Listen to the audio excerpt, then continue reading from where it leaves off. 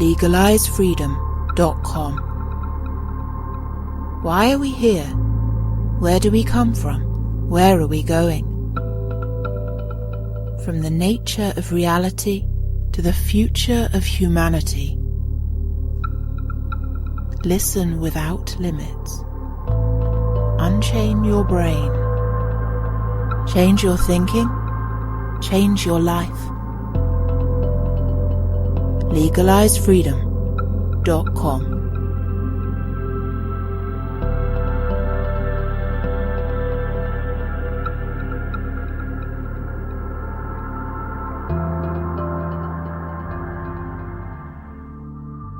Greetings and welcome once again to legalizefreedom.com. I'm your host Greg Moffitt, and my guest today is Nathanael Bonnell, who joins us to discuss techno-industrial society and potential trajectories for its future. As the world faces the oncoming reality of declining energy, fraying infrastructure, and other consequences promised to us by the profligacy of the fossil fuel age, we're left to look into a future that at first appears a trackless wilderness. The monolith of globalized industrial civilization offers few frameworks to comprehend life in an age of less.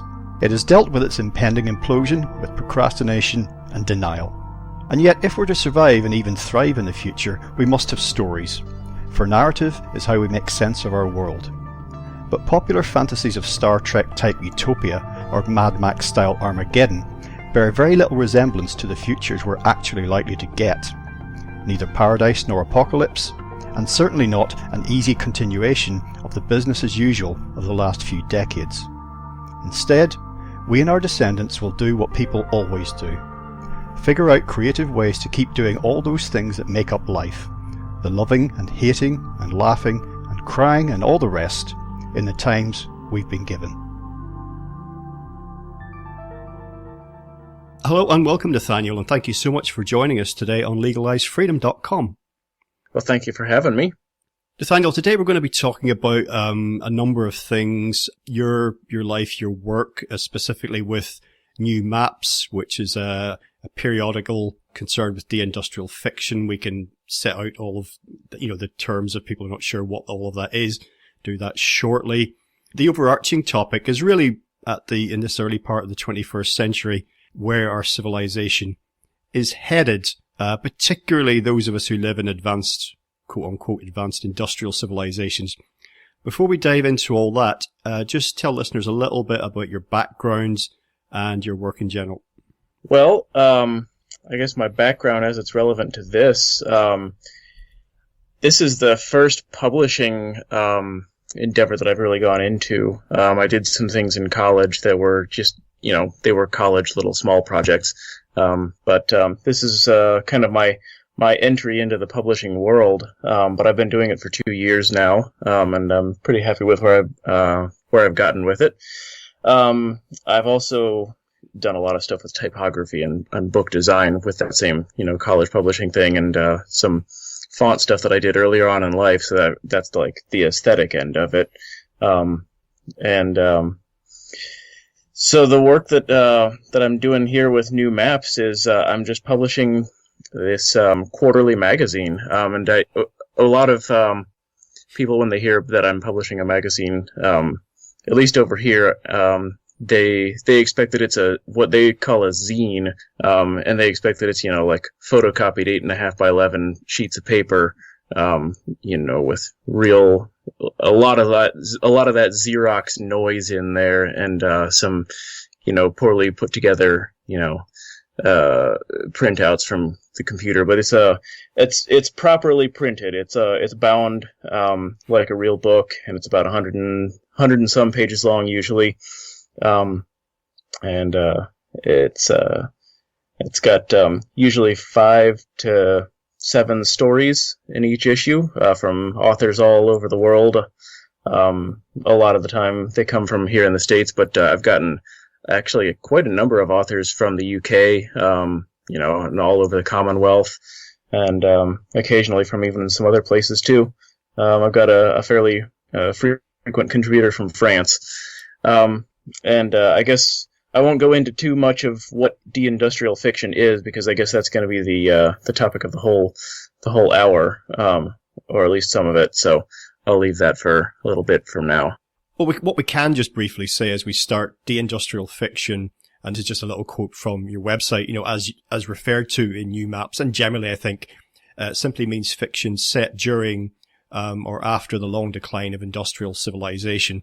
And there's many ways we can think of such a decline, but for most of us, it's in its physical aspects. The psychological dimension, I think in many ways, is even bigger and is actually the key to our future, whatever that looks like, or whatever our futures are, because there doesn't necessarily have to be one monolithic future for our species, unlike the 21st century or the trends of the 21st century tried to tell us. I previously interviewed Joel Karras, and he was a publisher of Into the Ruins, which was a similar type of periodical. Now, I know that you had some contact with him. Into the Ruins is no longer published. I mean, from a reader's point of view, I see it really as a continuation. Yes, there are differences, but from the point of view of this is something that I want to read, it is a continuation. So were you a reader of Into the Ruins prior to starting New Maps? Did you see it as taking over a baton, or was it not really like that at all? It was, and I was. I was a subscriber to Into the Ruins from the first issue, which was actually kind of a departure for me. I had never really subscribed to a magazine regularly before, but as soon as I saw the announcement, I was like, oh, yes, I want that. I want fiction imaginations of the future that we could be headed into. It just seemed really important to me. He put an announcement in his second to last issue, so it would have been number 15 out of 16 that he did, that he was stepping down. He wanted to pursue some other things. And he said that he saw a magazine of deindustrial fiction as still a totally viable option for someone to pursue. And he was happy to help with the transition if someone else wanted to start up a magazine, whether it might be under the Into the Ruins name or a new name. We eventually decided that it made more sense for it to be under a new name, but he helped a lot with getting it all set up and telling me the systems that he had figured out for how to get it published. So it was very much a continuation, fairly directly. We worked pretty closely together towards the beginning. Now, you may or may not wish to share with listeners your age, but it has some relevance to this question, which is how and when, and this may have been a moment or it may have been more of a process, did you personally become interested and or concerned about the direction of travel of the society that you're living in? One which is so similar in so many ways to my own here in the UK. And what was the trajectory then? How long ago was that? And what was the trajectory that brought you to where you are now, which is addressing some of the concerns through storytelling, which has always been a very important human trait?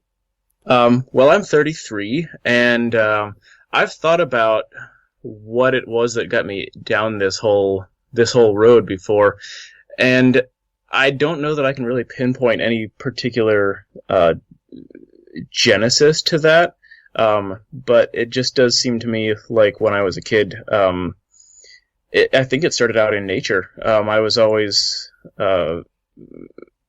liked to be outside, and I felt like there was more wholesomeness to life out there than there was in the society whose rules I was expected to learn and to live with. I guess I just never fit in. I always, I think there's probably a lot of people who feel like it, but I was at least one of them who feel like the proverbial alien anthropologist, just kind of looking at human society, or in our case, the specific industrial society that we live in from without, and not really feeling like I understood why we were doing the things that we were doing. And maybe it was because I was outside a lot and just kind of exploring the way that the world works when it's not in that kind of shunted into that kind of a system. But I don't know. I don't know if that's where it came from or if it's just one of those things that you're born with. But that was the general, and then the specific came. I came to the most immediate jumping off point for where I got to publishing new maps from was the writer John Michael Greer, who I think, Joel Karras certainly would have mentioned him. I don't know if he's been mentioned much on your podcast before or even interviewed, but he's written a lot about the future of industrial civilization and what we can expect in the coming. He's actually written about a lot of different timescales. He has a fairly famous piece called "The Next 10 Billion Years," where he looks at possible futures that we could have coming up from on the timescale of 10, 100, 1,000, 10,000, all the way up to 10 billion years. And that kind of stuff was really a mind expander for me. I got to that. I don't know if it's terribly important how I got to it, but I got to it from a writer named Rand Prier, who had written a piece earlier on called "How to Drop Out," which was about how to not live in industrial society and how to go back to the land. And he ended up kind of going back to the land and then kind of also becoming a stoner and video gamer. And I don't remember how I found him, but it was through. I think it started out as like the kind of anti-civ primitivist kind of philosophy that I was really interested in, and then I somehow managed to find my way to finding writers who were talking about how it's not so necessary to try to destroy civilization because it's almost as if it's got its own destruction in its DNA, in its self-contradictory natures. Yeah, what was the Unabomber called? Was it Ted Kaczynski? I can't remember exactly how to pronounce his surname, but you know the guy I'm talking about. Yeah, I think he pronounced it Kaczynski. Yeah, and he advocated, people just have to look up Unabomber. In his day, he was notorious for a hermit-like existence and, mailing explosives and, devices basically to certain institutions. And he advocated, for the assault on the edifices of industrial civilization. But as you say, that agenda, which was kind of its time, it came from that after the death of the Summer of Love, a lot of dimensions of our society took a very dark turn. But it's really, as you say, got its own built-in shelf life. And, no matter how long we can spin it out, and certainly I think it has been spun out a lot longer than many people anticipated, Kaczynski included, no doubt, and John Michael Greer has pointed this out, it may go on, it could be another 200 or 300 years of something looking very similar to what we have now in many ways. Then again, there may not, but that's the whole point, is it's uncertain, and it's increasingly uncertain, I think. One thing I would say, you mentioned being outside a lot, there's a generational aspect to this, I think, and I'm considerably older than you, but equally you're not a kid anymore, so if you have any family or not, you're certainly old enough to have a young family. So you're kind of somewhere in the middle of all this as I see it. And there's been increasing trends. We saw this not so much immediately post World War II, not at all, but certainly towards the end of the 20th century and certainly into the early 21st, this increasing, or I should say decreasing exposure to the outdoors and to nature for whatever the generation of the day was. And I know it's a well-worn cliche now, but many young people are very detached from even the most basic natural systems on which they depend. Typically, for example, where their food comes from. It's not unusual for kids who eat at McDonald's to think that hamburgers come from a hamburger factory and fries come from a fry factory, which they do. But if you then explain that, well, that burger patty comes from a cow ground up, and those fries come from, well, at some point, something resembling a potato that's in powdered and reconstituted, and they'd be like in complete bafflement. Literally, I do wonder sometimes. I worked in an organic farm for a year and encountered, this is when I was in my early 40s, and it was just produce, there were no animals. And there was a lot of much younger people that would come through as seasonal workers. And the number of them who couldn't identify, I'm not talking about exotic produce here, but just basic, grocery store stuff like, broccoli or peppers or, whatever it happened to be. And they just thought, what is this? They'd never seen it before. They may or may not have eaten it. But so yeah, there's a detachment from the natural systems, which no matter how processed food becomes or how manufactured our lives become, those systems still lie at the root of it. And then there's the other aspect of this, which is exposure to nature. And I think this is what you were speaking to, how that makes you feel, how that alters your consciousness, and your mind, and how you see the world when you see it at work, without, certainly without visible human interference. Yeah, for sure. And I guess, yeah, there's then another aspect of the generational thing is, well, I guess it's probably part and parcel of it, is, how we've been, as the generations have gone on, how we've been kind of pushed more and more into interacting with the artificial world of electronics and symbols and everything instead of nature. It's sort of like instead of nature, there has to be something to replace it, because there's hours in the day that you got to do something with. And so, a lot of the kids my age were playing a lot of video games, and for whatever reason, I was immune to the lure of those. At first, it was just because I didn't have one, and then somehow it became a point of pride for me that I had never played a video game. I've played like maybe 2 sessions of video games, and I don't think that's that much to brag about, but it is kind of, people sometimes goggle when I say that. Well, I first encountered a home computer, that is to say something that was affordable, albeit would have to be for a middle class or upper middle class or rich family, back in the early 80s. And some listeners around the world of a certain, age may recall a line of computers, BBC A, BBC B, here in the UK. And it was a BBC B that our school, which was relatively affluent, acquired 8 or 9 of these things. And we had a little IET lab. And I took to these things immediately. I couldn't wait to get hands on them. And as soon as I could get enough money together, I bought a Commodore 64, called 64 because, wait for it, it had 64K of oh yeah, which you could now get in a keyring, probably a lot more than that. You could get however many gigabytes in a keyring, but at 64K of memory. And I took to programming that thing at home, and I had some great games you could get for it as well. But I was interested in doing things from scratch. So by the time I came to my last year of what you guys would call high school and did my IT exam, we called it computer studies back then, but IT, I got the best score in the whole of the north of Ireland at that level, the highest mark. Now, but for some reason at that point, I don't know what came over me, but I took a couple of years out of school before doing anything else, and I completely dropped all of that.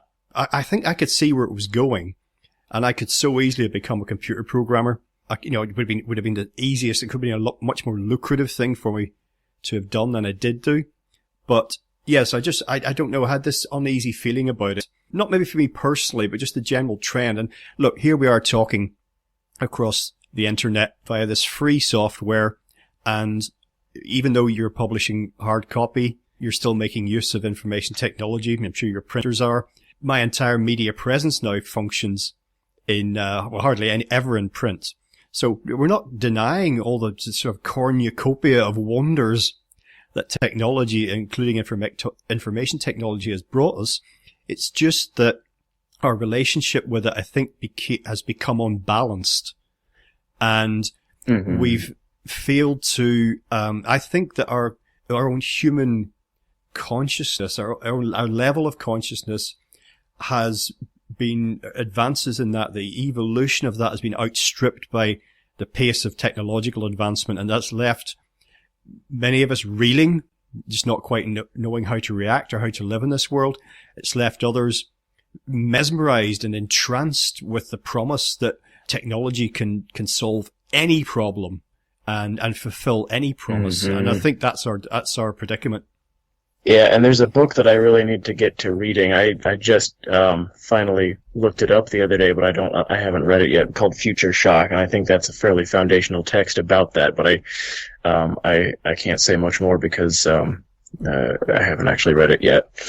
That was one of the things that brought me into all of this, that when I started thinking about the trajectory of our civilization, probably like in the mid-80s, just through stumbling upon a couple of books, and Alvin Toffler's Future Shock that you're referring to, published in the 70s, but I didn't get to it until about 84, 85, really got me thinking. And then there were other books like Roberto Vacca's New Dark Age, and he predicts a lot of things incorrectly, but it still was certainly food for thought at that time. And a lot of these texts came out in the late 60s and into the 70s, and there was a good reason for that, because you had the oil shock in the early 70s, you know.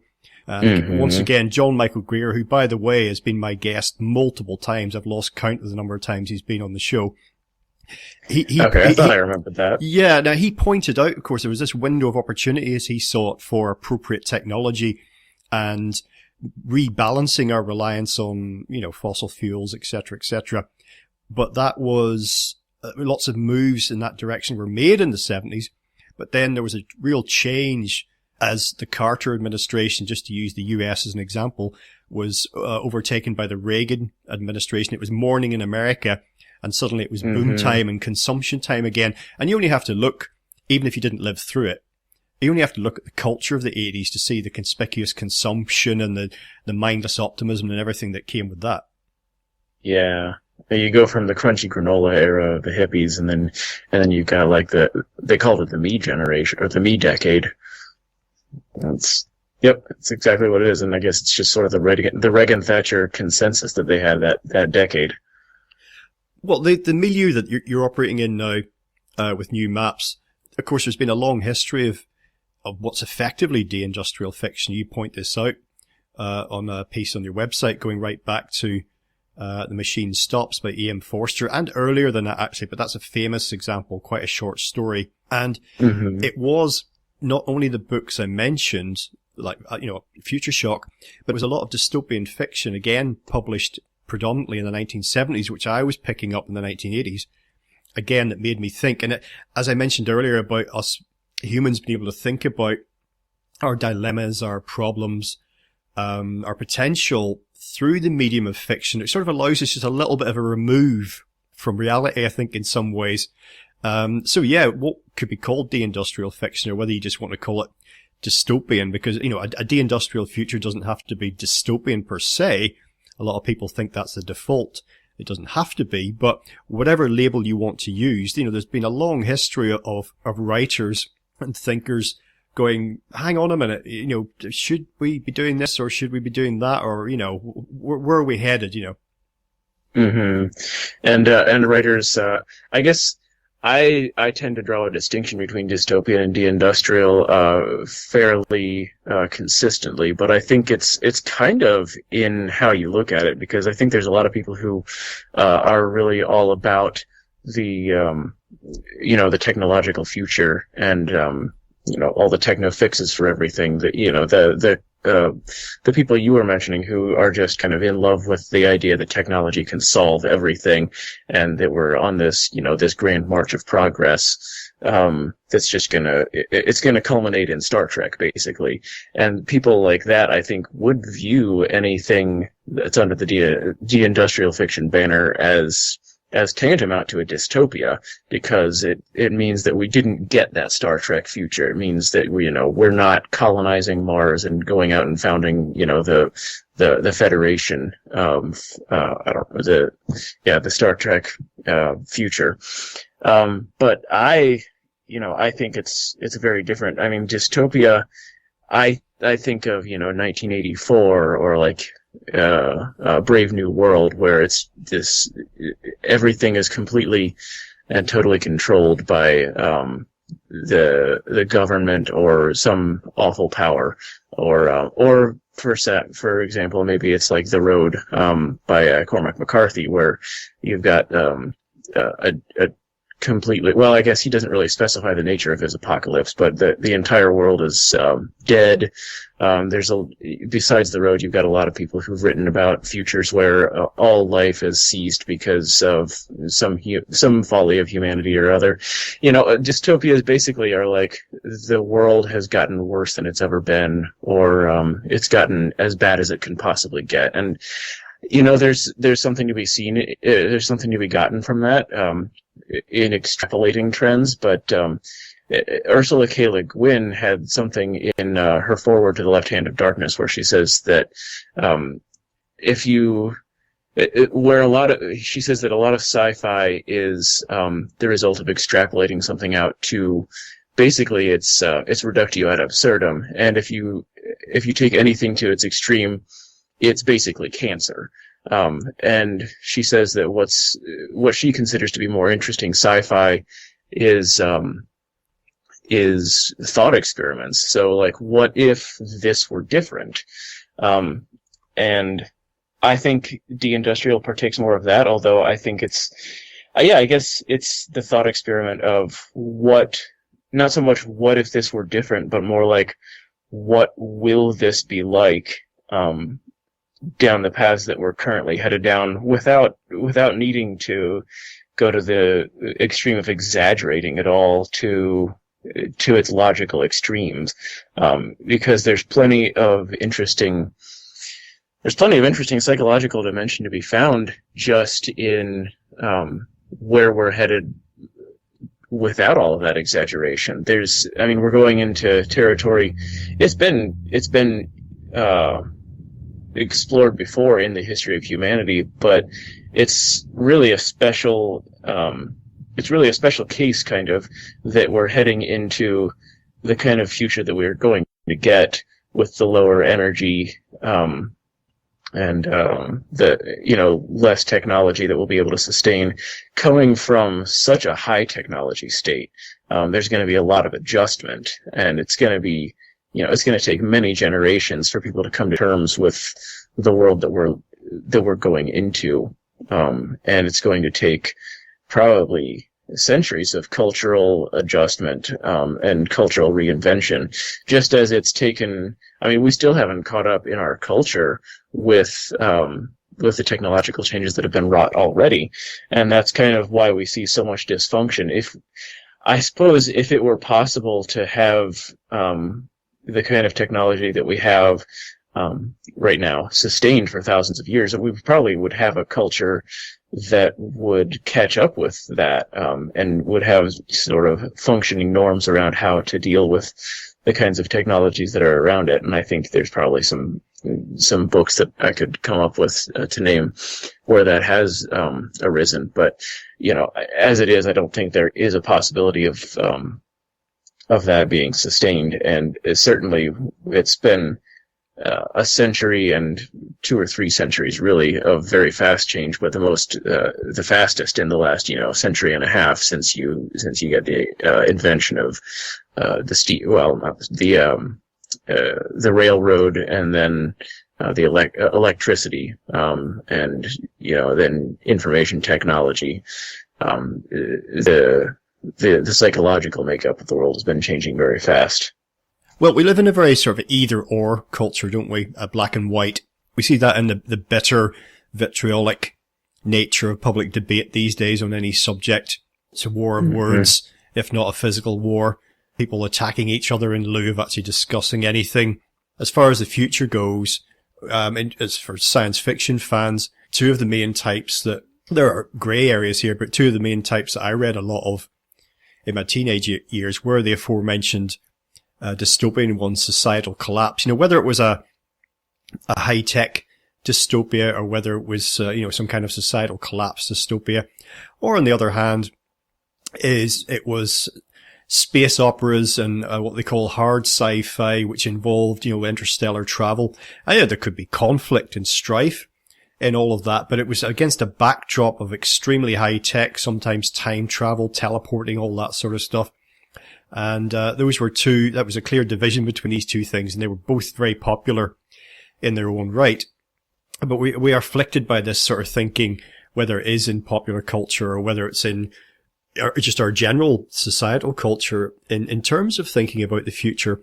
But you only have to look at the past, whether you want to go back 100 years, 500 years, 1,000 years or beyond, to see how things could have taken a different turn. And lots of writers of fiction have used these thought experiments, as you mentioned, as a device for story creation.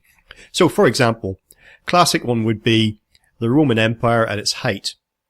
if that hadn't imploded on itself and collapsed, where might that have taken, Western civilization? Who can say? But you could make a great film or a novel out of it, speculating. There's the classic, in the modern era, the classic Fatherland, Man in the High Castle, the idea that the Nazis won the Second World War. Well, how could things have been different if they had? That's not without the bounds of possibility. What happened to Rome happened. What happened to the Third Reich happened, but it didn't have to be like that per se. Something else could have happened. So it's worth bearing that in mind when we assure ourselves so confidently that only the future that we want, or that we're told that we want, only that is possible. Yeah. And I think this is what you were talking about with the dystopias and the utopias. It bears directly on, or it's directly related to the foundations of de-industrial fiction, named de-industrial fiction. John Michael Greer coined that term, I think, back in about 2008. He and I both tried to figure out exactly which essay it was that originally he wrote it in. We couldn't figure it out, but it was about 2008. And he was talking about, he mentions specifically the dystopias and the utopias, and how they're both these extremes, and de-industrial fiction is his name for fiction that treads kind of a middle ground between those, where it's not extrapolations, it's those thought experiments. What if this history had played out differently? Or in de-industrial fiction, it's not usually as much tweaking with what would happen if things had been different in the past, but more like tweaking with what will happen if such and such a historical sort of contingency plays out in such a way. And it's interesting in the stories that I've had, and that were into the ruins as well. There's been a lot of really interesting possible futures, and many of them contradict each other pretty severely, because it is like history does play out that way. It's very susceptible to being changed in big ways by things that just kind of come out of nowhere. I think, like Greer has talked about before, like what would be different if say Adolf Hitler had never been born. Germany probably would have gone down something like its road that it did in World War II, but it probably wouldn't have turned into such a horrendous outcome as it did. It would have been something completely different that we can't predict. And it's just like that one person, his existence happened to change the course of history in such a big way. So I don't know if I can avoid quoting it. Yogi Berra, the baseball player, said it's hard to make predictions, especially about the future. and I think that's kind of where a lot of the glory of de-industrial fiction comes from, is that there's so many different things that could happen as we go down this downslope of energy descent. And each one of those is kind of a forking path where, if it happens the one way, you could end up with this completely different future than if it goes the other way. So I've had very totalitarian futures show up in the magazine, and I've had very almost libertarian futures show up. And, sometimes you'll have the two right next to each other geographically in some particular future. And that's what we see in real history, is we see things playing out in very different ways. It just, in different time periods and in different geographical places. So why should it be any different in the futures that are actually coming? It's not going to be one monolithic future, like you say. It's going to be a lot of different futures, and it's not that they're all going to play out, one after another. They're going to play out simultaneously. It's related to, well, I guess this is kind of a slightly different tangent, but the way of dissensus, where if you want to find out what the best way is to go into the future, what the best kind of, or if you want to have the best approach to the future, the way to find it is not to set out all of your logical preconditions and try to figure it out, a priori of all the events that'll happen, because history is going to make a mockery of that approach. There's always going to be some contingency that will pop up and say that and make it so that the future that you planned, it just seems laughable in retrospect. The plans don't work out. The way to do it is to just have as many different people doing as many different approaches to the future as you can, and then by sheer numbers, one of them will come up with a really good approach, or in the case of, well, as it will actually happen, you'll have a lot of different visions that will turn out to get magnified and become sort of the way of life in such and such a region, and then the way of life in its neighboring region. It's going to be a lot of different ways, and they're all going to come out of these individual small beginnings.